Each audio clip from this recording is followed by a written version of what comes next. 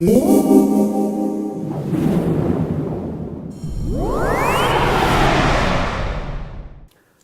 I'm Nigel Pease and I'm here at Barnsley College looking at some music production techniques using ProTools software.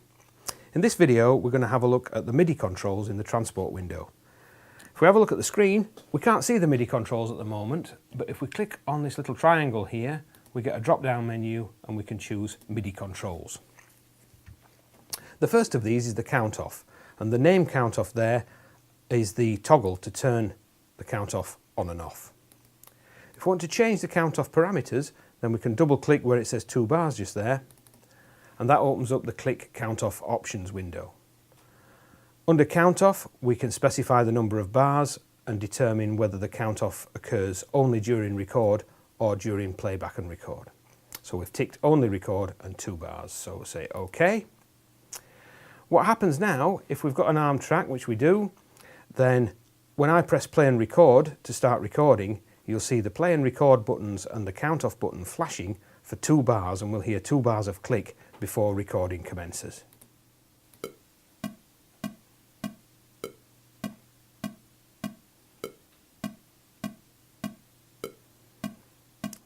There we are. So I'm just going to do Command Z now to get rid of that little region. The next one is the meter. If we want to change the meter, we can double click on the meter itself and that opens up the meter change dialog. We could either set a new meter for the whole song or specify a meter change by putting in a different location there. We'll leave that as 4/4 for now. The next one down is the tempo section. 2 parts to this.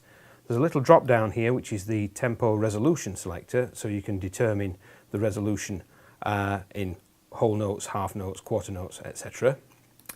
And the actual tempo itself, to change the tempo, if we highlight the tempo figure there, we can type a new number in, for example 110 like that, or we can highlight it and move the mouse up and down and that alters the tempo in that way.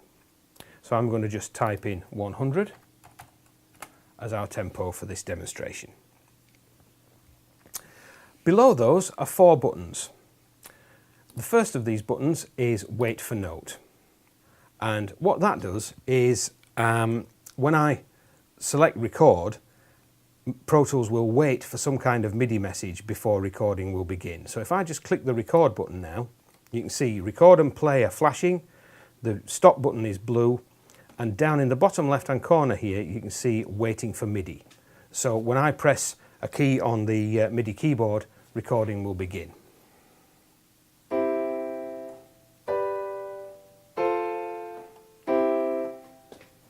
So that's wait for note. Again, I'm going to just do Command Z to undo that to clear the region away. The next button along is the metronome button, which turns the click on and off. So if I select that, we'll hear the click track, and if I deselect it, we won't. If you double click on it, you can set up the click count off options, just the same as if you double click on the count off. So we can choose to have the click during play and record, only during record, or only during the count off. So we've selected play and record there. So I'm going to click that so that we can hear the click. We've got a click plugin inserted, so if I flick over to the mix window, you can see that there's a click channel there with a click plugin inserted at the top there. The next button along is MIDI merge. Now the way that MIDI merge works is it allows you to effectively overdub onto a single MIDI track. In normal mode, without MIDI merge, if you were playing a piano part and went wrong and then had another go, you wouldn't want to hear the wrong version and the right version. You'd want the new version to go over the wrong version, so you only heard the correct chords.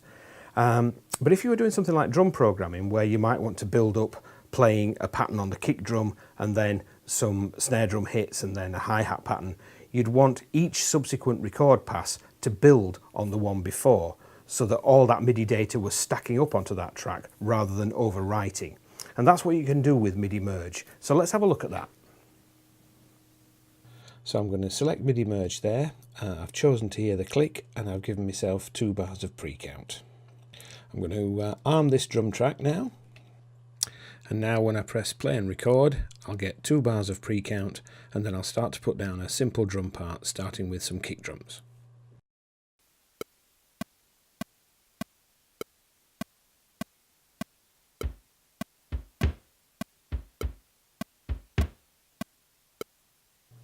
Okay, so we've got some kick drums there now, and I'm simply going to go into play and record again, this time to do the snares.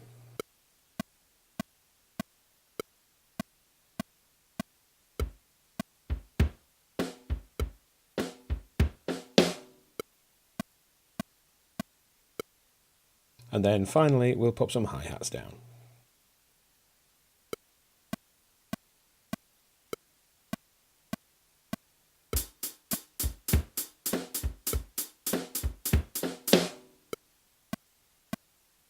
Very sloppy playing there, but fortunately I've got input quantize on, so if we just have a listen to that again.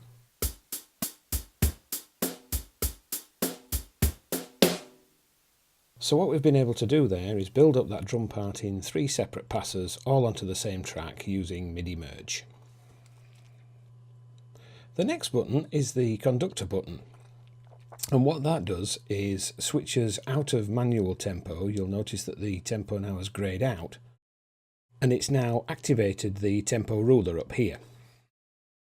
So if we wanted to have multiple tempo changes throughout the session, we'd activate the conductor so that the tempo reference for the session was the tempo ruler rather than the manual tempo. So if we want a single tempo for the entire session, we can deselect the conductor and just type in the tempo as we did. But if we want tempo changes, we can select the conductor and then add our tempo changes to the tempo ruler. So there we are, that's the MIDI controls within the transport window.